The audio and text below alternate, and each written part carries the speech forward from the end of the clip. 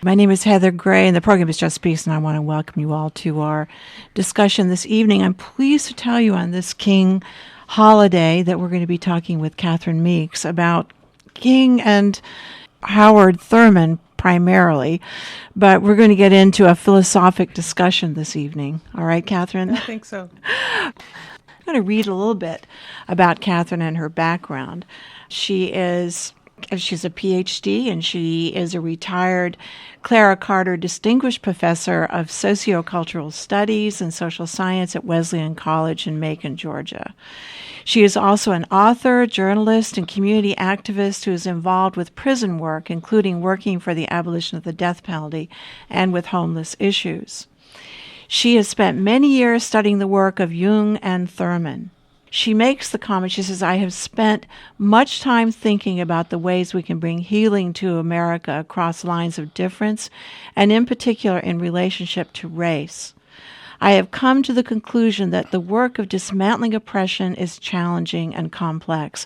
She says that activists typically begin their work in the public arena, and that this work must have a companion piece of inner work to create true and sustainable liberation, where inner liberation supports the quest for outer liberation. Where are the signs of hope? But it's just a thrill to have you here, Catherine. Thank you so much. It's good to be here.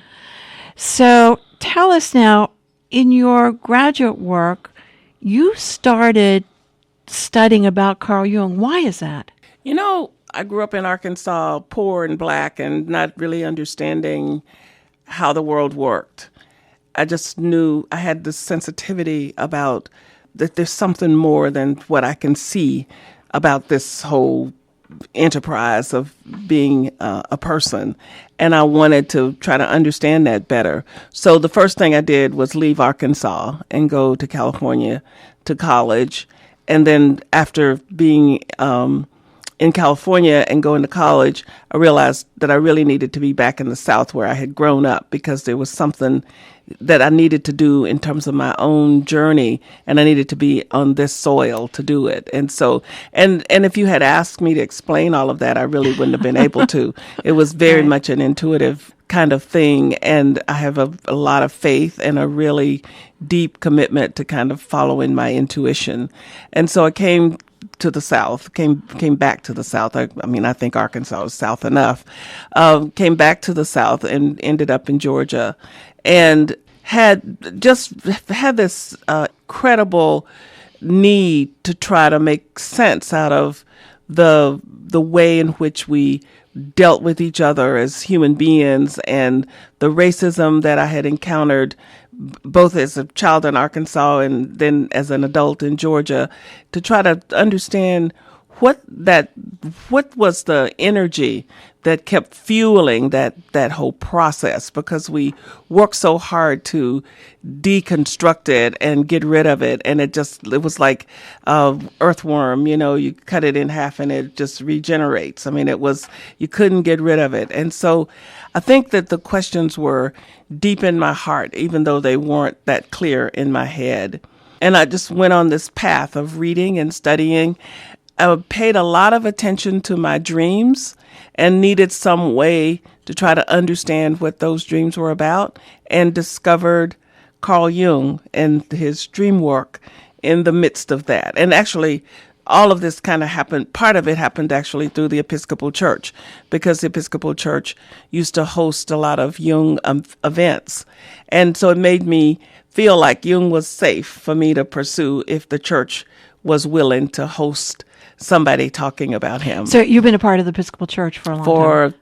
For about 42 years now. Okay. So that becoming an Episcopalian was a part of this journey toward Jung, because I didn't know about Jung before I was an Episcopalian. It was interesting to me. I mean, it was important to me to have some kind of validation for this body of knowledge that I was about to start embracing, and the fact that my church was hosting workshops on Jung and dreams primarily, which really was of great interest to me. And it was baby steps that I took. I took a few steps, like putting my toe in the water. And each time I did that, there was great affirmation in my psyche that I was on the right track. And I've stayed on that track now for about 40 years. Wow. And it's been quite a good track. Well, let's get a little bit more of your background here. I mentioned it some, but because you went out to California to study, and out there you were studying, what was that? What were you studying? Well, my undergraduate degree is in speech education. Okay. I was planning to be a public school teacher, and then I couldn't find a job in Georgia when I got back here to looking to teach speech, and so I ended up working in a mental health center, and then eventually going to being hired at Mercer University to work, and then becoming an Episcopalian and getting involved with studying Jung, and then discovering Howard Thurman, and then going to graduate school to get a master's degree in social work, and then eventually to go to Emory to get my PhD in interdisciplinary studies with a focus on Jung and African American women's issues. Interesting. Yes.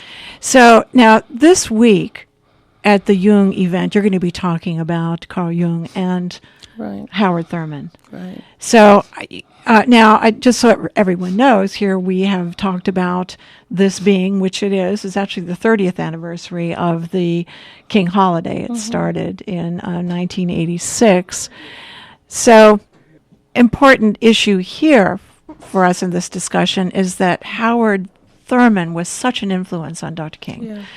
And I want to mention up front that King... Well, you tell us. He would walk around all the time with one of Thurman's books. Which one was that? Jesus and the Disinherited. Yeah, and right. I think that Dr. King's preoccupation with disinherited people, I mean, that's who we were, that's who we are as African Americans on this soil. We're disinherited people. And Dr. Thurman talked so profoundly about what Jesus would do as a person with his back against the wall, as an oppressed person. Jesus as a Jew in Palestine that was disinherited, the same as African Americans were and are in many instances. So that message had to resonate with Martin Luther King, because his whole calling was about trying to speak to the needs of this disinherited people. And what then can we learn from Jesus as a Jew in Palestine about how to behave and what to do? And I love that book, and I love Howard Thurman for having written it, and I love Martin Luther King for having made it such a major part of his own journey. And it's the Jesus that I'm really interested in, the Jesus that understands what it is to be disinherited and talks about how to behave in that place. It's not some kind of weak need, obey your slave master, but it's, really look at where you are, look at who you are, and stand up and really be the person God meant for you to be. At the same time, don't let yourself become like the oppressor, which is where Jung helps me, because it's that whole business of, if you don't work with your own inner issues, then you just trade them. You trade them. You don't, if you are an oppressed person, you can, if you're not careful, even when you're liberated, if you don't do the inner work you need to do, even when you're liberated, you then just will become another kind of oppressor, because you haven't done the internal work that needs to be done to really set you free. So you learn to be an oppressor. I mean, we see that with women who get free from being a patriarchal oppression, but then they act like a man who is a patriarchally oppressive soul. Right, So Thurman and Jung and King and my own experience of reality and the journey that I felt called to be just kind of kept intersecting. And it's, it's not like I sat down and mapped out where I was going to go with all of this. It was like you take a step and then you discover something, and then you take some more steps and you discover more, and then things start to fall together in ways that I didn't even know was possible. And you meet people that kind of, that whole business about serendipitous things happening, where you meet people that you need to meet that help you to broaden your perspective. And that process has been going on for a long time, and I hope it's going to continue. I'm sure it will. But I do want to go back to some basics. So tell us about Carl Jung, who he is. Well, Jung was a Swiss psychiatrist who was contemporary of Freud's, and he and Freud had a relationship that ended up being broken when they kind of got into arguments about what the role of the unconscious is. Freud felt like the unconscious was something that had to be tamed and dealt with, and the dreams were just kind of a process of helping that taming process occur. Jung felt that the unconscious was this rich field that had all kinds of information in it that you needed to access and uncover, and that you needed to mine it, kind of like a gold mine, and that the dream was a tool for that mining process. And Jung and Freud that was just kind of a breaking point for them. And sometimes we tend, I think, to be harsher toward Freud than we ought to be, because Freud's work with the unconscious really helped Jung go on down the road he went down. So, and that's true always of theorists, that people build on other people's work. So, but Jung was fierce in his determination to know himself, and had a deep faith, which many people miss out on knowing about. He carved over the Kuznat, the house that he built himself, that had no electricity or anything in it, very rustic place that he lived in. It was like a retreat. I think he had to get to it by a boat, and he carved lots of the wood and stuff that was there. But he had a sign over his door, which I love, that said, "Called or not called, God will be there." And I just think that sums him up for me. And when people criticize him, in terms of when kind of fundamentalist religious people criticize him, I'm sorry that they don't understand better who Carl Jung was. I think Carl Jung, when somebody asked him if he believed in God, and he said, "Believe? No, I know." So I would like to be that sure about about God and life beyond this realm as he was. He spent a lot of time and went through a lot of pain to uncover a lot of the things that he taught about the work of the unconscious and the process of individuation, and the importance of understanding about the shadow and persona. So he was very, very important. What do you mean by the shadow? Well, the parts of ourselves that we are not conscious of, the parts of ourselves that are alive and living in our psyches, but we don't have much conversation with them, don't have any conversation unless we pay attention to the people that give us trouble, to the images that come up in our dreams, to things that there are all kinds of little signs to try to help us become conscious. And the shadow is where that stuff is coming from, that needs to be brought into the light so that it can become a part of your whole personality, and not just have its own little life going on in your psyche somewhere, which is really why race relations gets to be so complicated, because we're doing a lot of projecting of stuff that we're not conscious about onto each other, blacks and white people. And white people started it with the slave trade and projecting into who the slaves were. And then black people take on those projections and kind of live as if they are true. And so then you've got projections meeting projections rather than real people relating to each other. So no wonder we have so much confusion and conflict. So that's Jung, and then of course Howard Thurman was from Florida. They're so present to me until they don't seem dead, really. Mm-hmm. From Florida, he grew up poor and black in Florida, and had no opportunity to go to school past elementary school in Florida, so he had to leave and go off to Jacksonville to go to high school. Came to Morehouse College to go to college, read all of the books in the Morehouse Library when he was a student at Morehouse, which is an amazing thing to think about. Wasn't he valedictorian or something he gave? At you mean at Morehouse? At Morehouse, yeah. I'm not remembering that. No, that's okay. I just wondered. But he was a brilliant person and wrote 21 books in his lifetime. He was the dean of the chapel at Boston University. For a while, taught school at and the first black dean. Right, that's right. And at this predominantly white school. Well, yes, right? yeah. Boston U, right. Yeah.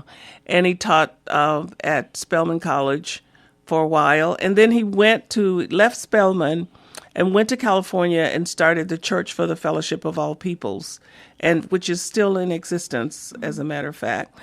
A church designed to see if people could live and worship and work together and not have race and class and gender be the primary ways in which they related to each other.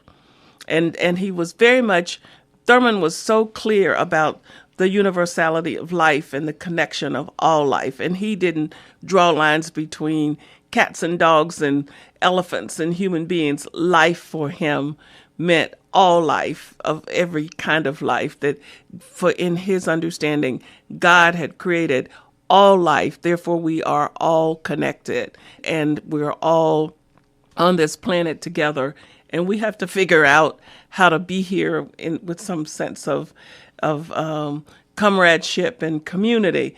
And so his whole life was a quest at trying to uncover what is the path to that. What is the path to that kind of unity that God intends us to have.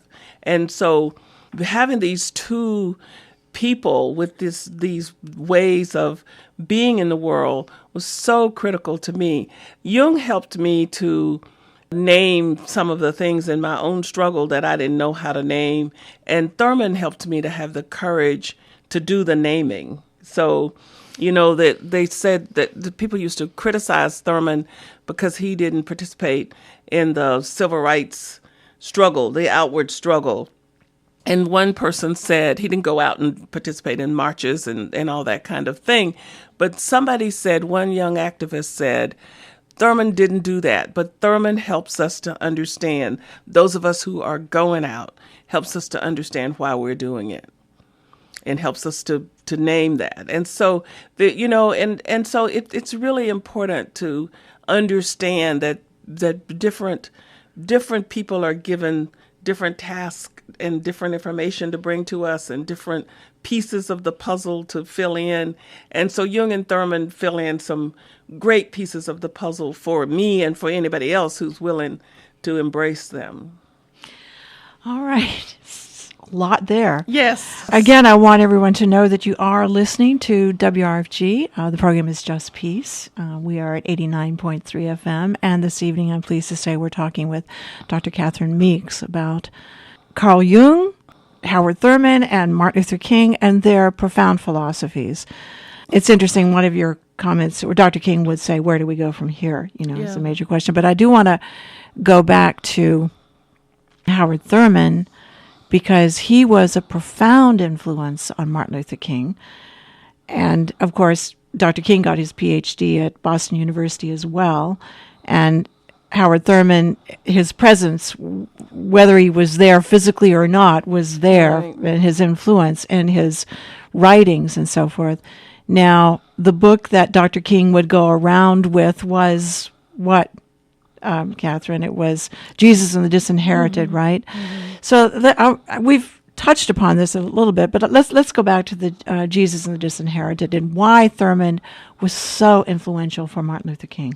Well, as I said before, I think that Dr. King, there is nobody who understands anything about calling or karma or faith or spirit who I think would deny that Martin Luther King was called to do the work he did. I think if you deny that, it's just, I don't know what planet you live on, because obviously this man was called by some power greater than himself to go out and do the work that he did.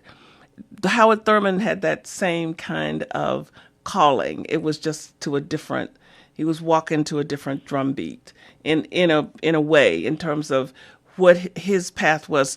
It's so, for me, there's such great companions, because in some ways Dr. King is like the representation of this outer journey that you've got to be on, and Thurman is this representation of the inner journey that you have to be on, even though they're not just that. I mean, King was also quite aware of that internally you had to do something too. It wasn't just about outward work, but the two people together really make such a profound picture for me in terms of the methodology for trying to be liberated. And I think that perhaps one of the things, if I had to just kind of use my own intellectual imagination about this, that so brought Thurman to King, was that Thurman helped King in his own understanding of what was necessary for liberation, because King talks an awful lot about what you have to do inside yourself too. I mean, you can't just be, it's not just a surface fight. It's not just about going out and protesting or telling somebody off. It's about what's going to be the quality of your soul when you get done with this fight for liberation. And I think that Thurman's theological perspective helped King in solidifying his understanding of what the Bible has said to us, that if you gain the whole world and lose your soul, you didn't gain anything. And what in the world does that mean? And people get all bent out of shape about when you die and go to heaven. I think that when you die, God will take care of you. I'm not so worried about what's going to happen when I die. I think that if you are fighting for liberation, but you're not doing the inner work you need to be doing, and so you end up maybe gaining some political ground, but your soul is in a mess, then what did you really gain if you haven't done? And I think King knew that, and I think Thurman helped him in coming to that realization, and helped him in the profound statement that he made. I mean, I've been listening to him the last few days, and everything he is about in so many ways. It's not just, it's about you go out there and you fight and you stand and you might die, but you go with this kind of quality of heart so that even if you die, you still have won. It's interesting because I think a lot of what you've been saying about Jung and Thurman and then Dr. King and making these connections, Jung was about understanding yourself, right? And as was Thurman, where he, in his Jesus and the Disinherited, he talks about also not to be concerned necessarily about what happens after you die, but essentially what you're doing here on earth. Right. But also that in order to love the other, you have to love yourself. That's right. And that's what Jung and Thurman stresses that. And then Dr. King was doing that as well. I mean, one of his famous sayings was, I love you, but I don't like what you do. Right. And that to me is an important distinction. Right. So, three very powerful philosophers here. And love, we just throw that word around and we don't know what in the world we're talking about or what we mean. It's talk about we love chocolate and Jesus in the same breath, and do we mean the same thing? Do I love chocolate the same as I love Jesus, or do I love chocolate more than, like I used to tell my son, I love you more than oxygen. So when King talked about love, he's talking about a kind of will for the betterment of somebody, for the good of somebody, that, I can love Donald Trump because I don't want something bad to happen to him because God created him. I don't like the man. I don't want to even be on the same planet with him, really. But that doesn't mean that. So that's a whole different kind of. It's a kind of will that you will not let yourself be reduced to hating and wishing ill of somebody, because when you do that, it damages you, and so you don't win. If you end up getting political liberation, but you hate the people who held you as oppressor, you have just swapped oppressors. You actually, I think you answered some of my question, but you were using the word liberated and what it means to be liberated earlier, and I was wondering how exactly it seemed like when you were talking about liberation, you were talking about this inner struggle and the outer struggle at the same time. So is that your whole defining of love? Is that some of how you see what liberation is? I mean, what is liberation is the question I'm trying to get at. Well, it's to be free, and how can you be free if you're not, no matter, if you're not free internally, it's never going to matter what your externals are. I mean, people, if you don't learn how to have peace, you're never going to have peace. You can't go buy it in the grocery store. You've got to work on your own self. You've got to be open to seeing yourself, really be having a relationship with yourself and appreciating yourself and liking yourself and loving yourself. And for me, that's a part of being liberated. Now, if white people want to oppress black people, it's difficult to love yourself when somebody's got their foot on your neck. So you've got to get the foot off your neck. So that's a part of the outer work that has to be done. So you say, yes, the outer liberation's got to happen. But even if I get your foot off my neck and I still hate myself, I'm still not free. So that's why struggle is important, because in the midst of struggle, you can get clearer about yourself and where you stand and who you are. So when you get to this, when you win this battle, you get there with your whole self. Does that make sense? Yes, it makes sense. And I want to ask kind of one more thing going into that. I spent a lot of time thinking about the idea of, I guess it's my feeling that people have the right to hate their oppressor. And I've done a lot of thinking about that in the sense that I can attempt to understand that if I grew up black in this country, that I would have a very, very good reason to hate white people, or to hate particularly white people who continue to, I mean, we all participate in it, but to continue to outwardly oppress people. Right. And I'm wondering how you feel about that. I mean, is it okay for an oppressed person to have hate for the oppressor? Well, what's the point of hate? What does hate do? It doesn't solve anything. It takes a bunch of energy away from you, the hater. So to say, I mean, you have the right to do it, but do you want to do that to your soul? There's a difference between having a clear understanding of who your enemy is and being willing to be in resistance against that enemy, but you don't have to hate, because when you start hating, the enemy has won, which is what Dr. King preached all the time, which is what Thurman would say, and what Jung would say is that you look at your enemy and you see how much your enemy looks like you. What's in your enemy that you can identify some threads of in yourself? My students used to get so mad at me when I would teach the Holocaust, and I would say, all of us could be Hitler. And they would just go ballistic. They didn't want to hear it. So until you face the fact that you, in the right set of circumstances, could be Hitler, then you're just playing around in unconsciousness.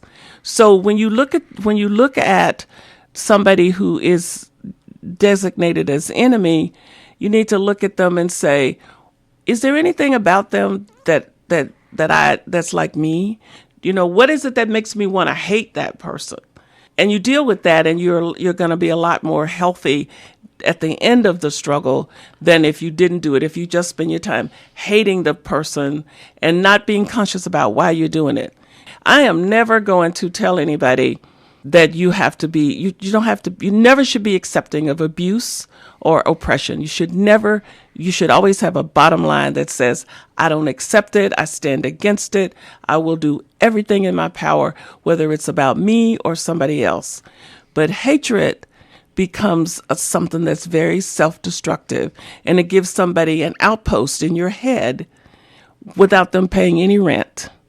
They just come and dwell, and that hatred will seep into the rest of your life. And at the end of the day, you're in worse shape because of it. If you can have your enemy and fight your enemy and wish the best for your enemy, you are way ahead of your enemy. That's precisely why King said, I love you. Or, in other words, I love the other. Right. But I don't like what you do. That's right. That, he goes into great depth about the concept of love. Right. So. And Jung would say you've got to learn to love the other in yourself. None of us is perfect. None of us is, so there's some part of me that could be an oppressor if I let it go, so I need to know that. Where have been the times when I yielded power in a way that I could have used it better? So to be willing to look at yourself and ask those questions and pay attention to the answer is a part of the whole process of really being liberated. And I think that we get caught up when we're, if you're fighting a war, you got this enemy and you just hate this enemy, and you've got to keep everybody hating everybody because then it's easier to kill people. Well, then you come back home and you're just a shell because you put so much of yourself out there and you come back with so little.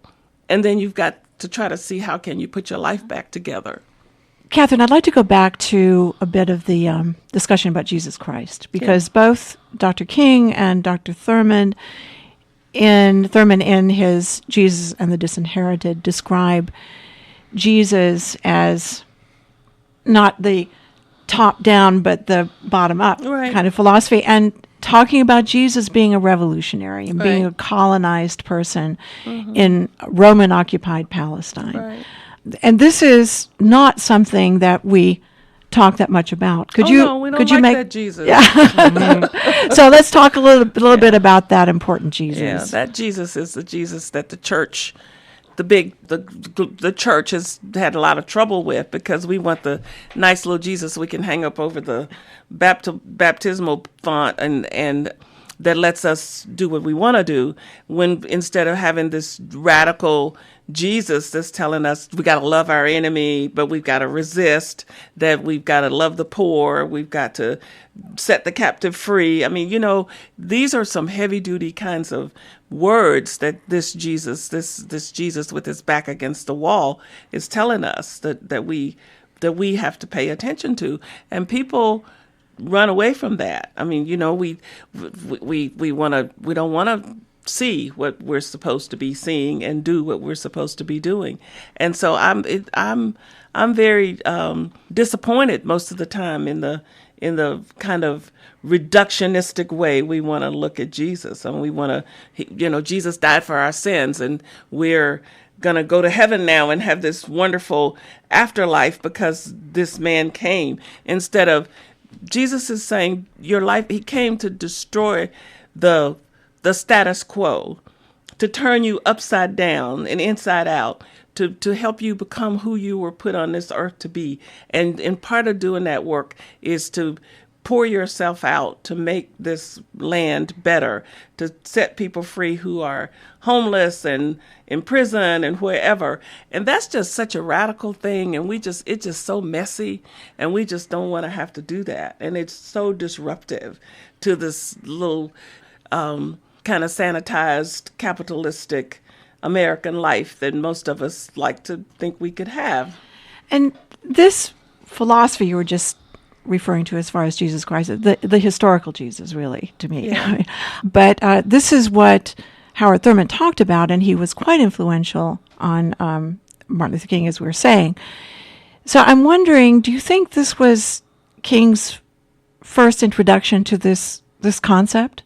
Oh no, I don't think so. I mean, I don't think so. I just think that it was supportive.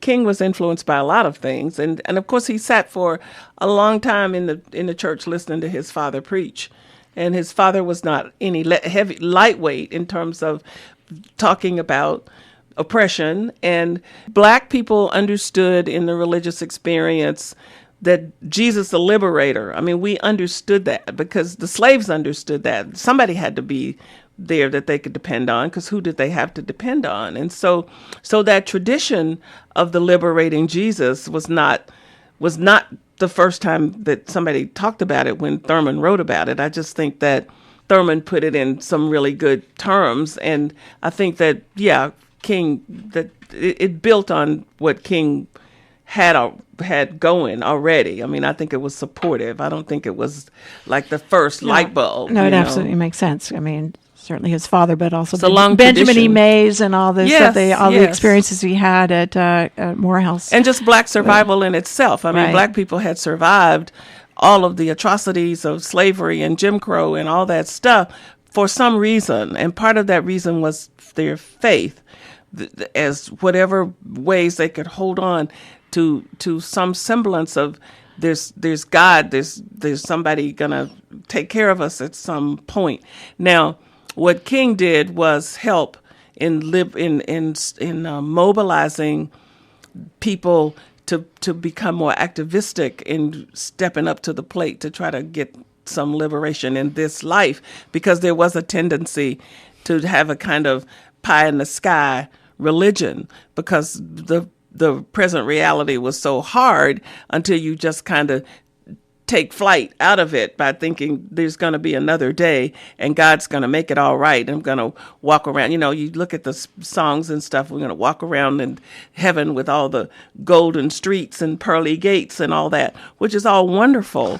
But then you live here in hell. So maybe you need to try to see what you can do about hell and not be so preoccupied with heaven.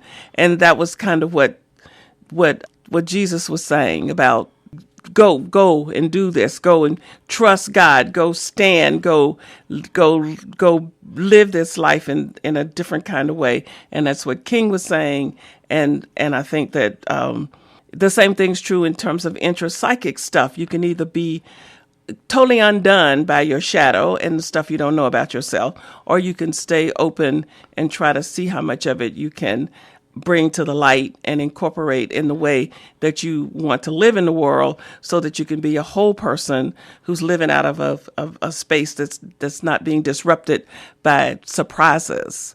And so for me, there's just this kind of pathway that involves having this inner sense and then this outer willingness to go lay your life down for yourself and for others to be free, that really these three, not Jesus, but Dr. King and Thurman and Jung and Jesus say this is the path, that is you're willing to die to your own self. Jesus talks about that. And what does that mean?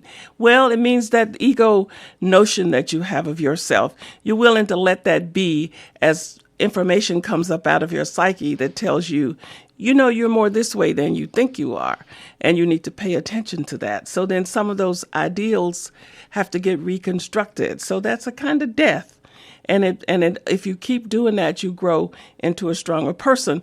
And in our culture, these constructs that we've set up that polarize and set people apart and oppress people, they have to go so that we can be liberated. And we will. King was about doing that in all the ways that he did, and Thurman's about doing it in terms of yourself and in terms of the church, and Jung is about doing it in terms of yourself and your psyche.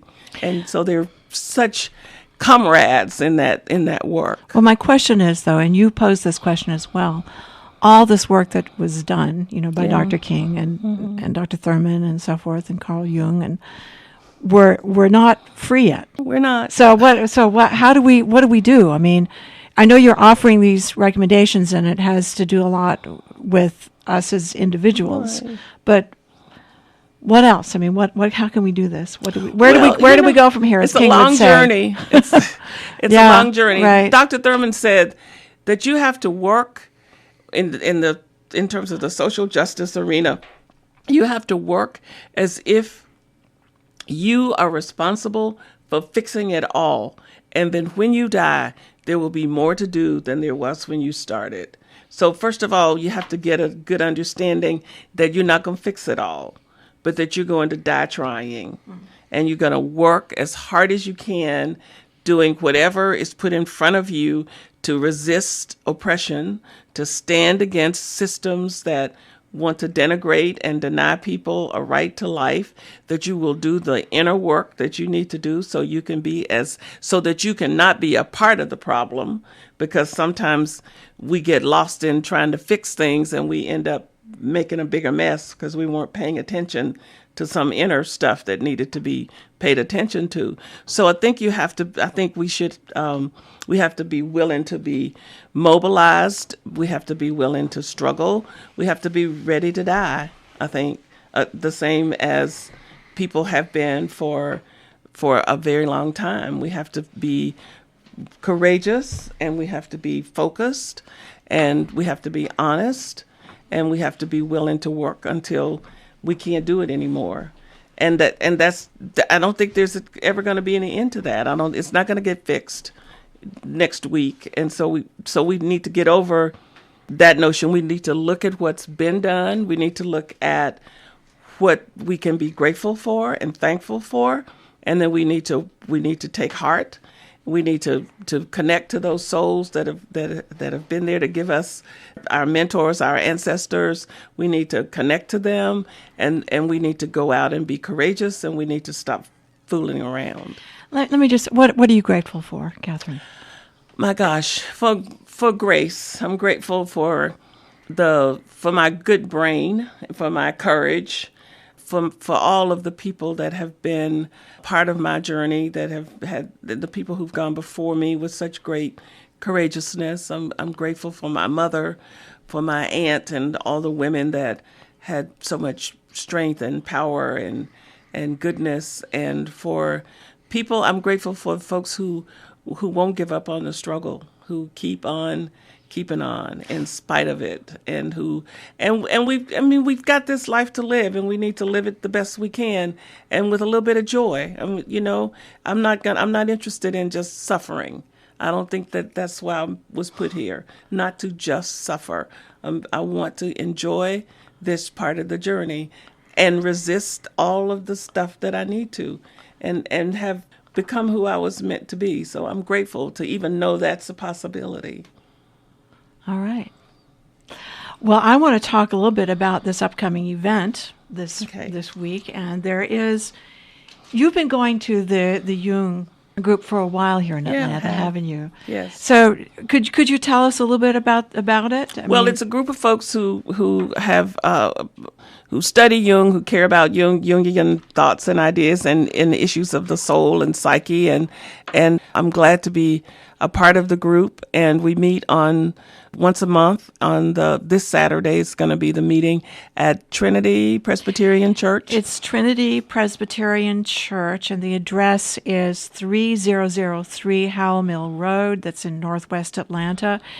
And so you can also, to get additional information, you can go to www.jungatlanta.com. And Catherine this week is going to be talking much along the lines of what we've been discussing this evening. C.G. Jung and Howard Thurman speaking on dismantling inner oppressors to create outer liberation. Yes. It's a wonderful title. And, yes. Based on what we've been talking about this evening, it absolutely makes sense. How long has the Jung Society been in existence? Do you know? I don't know exact years, but for many years I do know that, and I've been coming to meetings for about 6 years, but it's way older than that. And they do many kinds of very wonderful lectures and programs, and people, you don't have to know about Jung to come and enjoy the Jung meeting, and certainly not to enjoy this talk. This talk will be for anybody who's on a journey to just try to have a little bit more wholeness in their lives. Are there some books or literature you could advise people to get, Catherine, Well, the Howard Thurman's With Head and Heart, I would recommend. Jesus and the Disinherited, I definitely would recommend. C.G. Jung's Memories, Dreams, and Reflections, really Jung's autobiography, which is a good introduction if you don't know anything about Jung. It's a good introduction. There's a book by Edward Whitmont called The Symbolic Quest, which is a kind of introduction to Jungian thought with terminology and stuff. If somebody wants to just get a little sampling of that, that would be a good thing to read. And I would suggest that in terms of Dr. King, if people haven't read Letter from a Birmingham Jail lately, that they get it out and read it, and that they stay away from the I Have a Dream speech, because that's just too much drama and too much poetry for the state that we're in right now. We need to be looking at a little bit more of those. Why is the letter from Birmingham Jail important to you? Because it just is so clear about the pathway that we need to be taken, and that we need to be addressing it with urgency, and it's the radical Dr. King that the same way we try to sanitize Jesus, we try to sanitize Dr. King with the I Have a Dream speech, and I want us to stop doing that. All right. Well, Catherine Meeks, I want to thank you so much for coming in this evening and sharing this with us. I so appreciate it. And we look forward to this presentation you're giving this week. I'm going. Good. Great. So there'll be two of us there. Definitely. And Kevin, Karen, thank you again for being on the board and being here and asking your question. And you have any additional comments you want to make? No, I just wanted to thank Dr. Meeks for being here. I really enjoyed the discussion as well.